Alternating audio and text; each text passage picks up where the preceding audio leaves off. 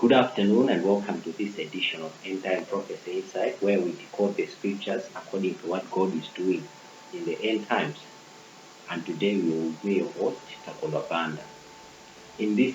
In our previous episode, I began sharing a topic about what I call numbering of our days in Israel, where I was relating what Moses spoke in Psalms chapter number 90, verse 4, to be the scriptural version or the definition of a generation, and how it relates to Israel's independence anniversary, which is stretched at 76 years old as of May 14, 2024.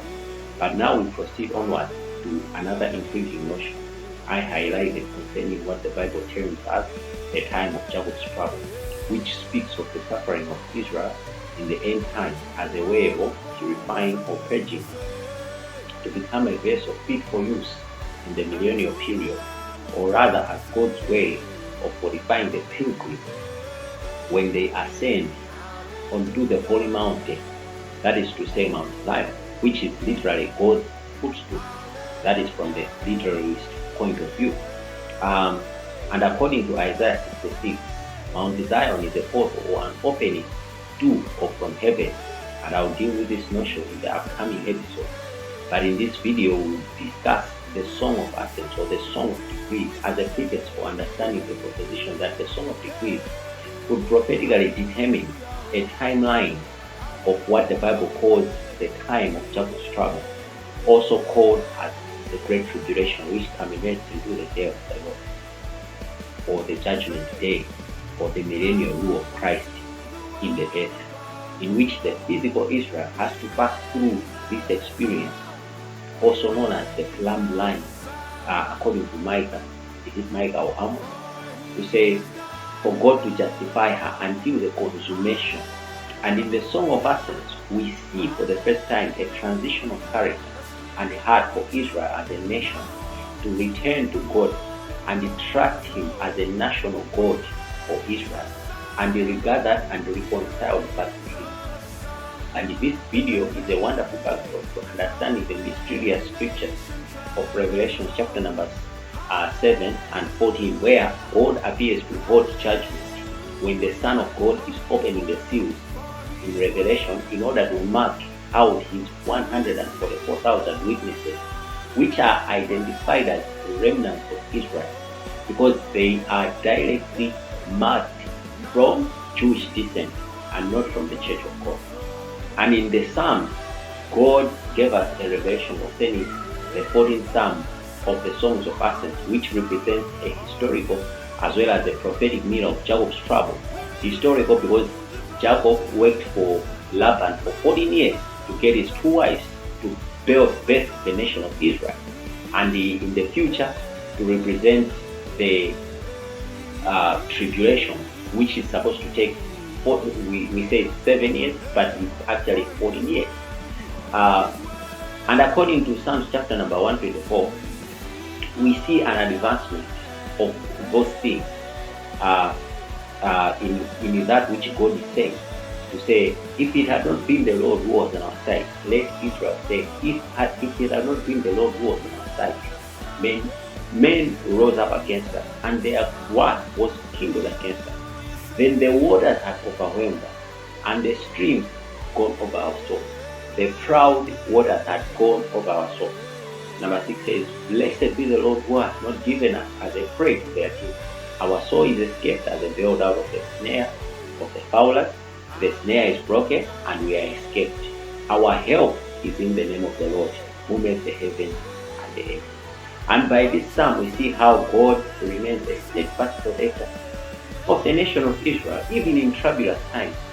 And He keeps on shielding them from outside enemies and from invaders, from strange nations or godless nations. And God is interested in today's geopolitics, according to what we see now in the news and current affairs, where there is trouble brewing for Israel from countries like Iran, where there's no Christianity. It's Islam all over. Turkey, they are extreme Muslims. Russia, they are communists. They banish Christianity. And nations who view Israel as a threat to regional peace in the Middle East. And consider the two fronts which Israel is already involved in conflict with as we speak right now, namely Hezbollah in the northern Israel and the Hamas in the southern Israel. And the likelihood of this spinning into an all-out war, especially in this year 2024, is very high and rampant. But God will always protect Israel. And this is why David prophetically speaks in Psalm chapter number 124 verse 7 to say, our souls have escaped as a bird from the fowler's snare. In history, the phrase is used in the instance where God protected Hezekiah from a pending invasion by Sennacherib, a Persian king, in 586 BC, who besieged Jerusalem for months, and God intervened by slaying 185,000 at once. And we are yet to witness the reenactment of God's divine protection for Israel in the next coming months, as Israel faces a possible invasion from this nation. And this is why it is important for you to pray for Israel, because they are standing for certain values which are Christian in nature. And as we view these things, we are excited because these are Bible prophecies coming alive in our days. And in our next episode, I'll be dealing with Psalms 125, which prophetically speaks of the year 2025, which is a very pivotal year, called a Jubilee year by human standards. And it's not so by God's standards, because the real Jubilee year, according to the Jewish calendar, comes in 2035. So you can see that 10 years before God's real Jubilee year, Satan calls out his own Jubilee year to prepare a rebellious action plan against God's real Jubilee, which caters for the restoration of all things. Because at a Jubilee year, land was supposed to be restored. From the biblical perspective, a Jubilee year was supposed to have a restoration of everything. Debts were supposed to be cancelled. Everything was supposed to be cancelled. And the 2025 is a Jubilee year according to human standards, according to the Bible. And if you check that Jubilee year, the theme for that Jubilee year, according to the Bible, it's speaking about being pilgrims of hope for the nation, the pilgrims of hope for the nation. And so we understand that this is something that is coming to counter the real hope that God is about to bring, possibly in the year 2035, when He Himself appears in this world to restore or restitute all things.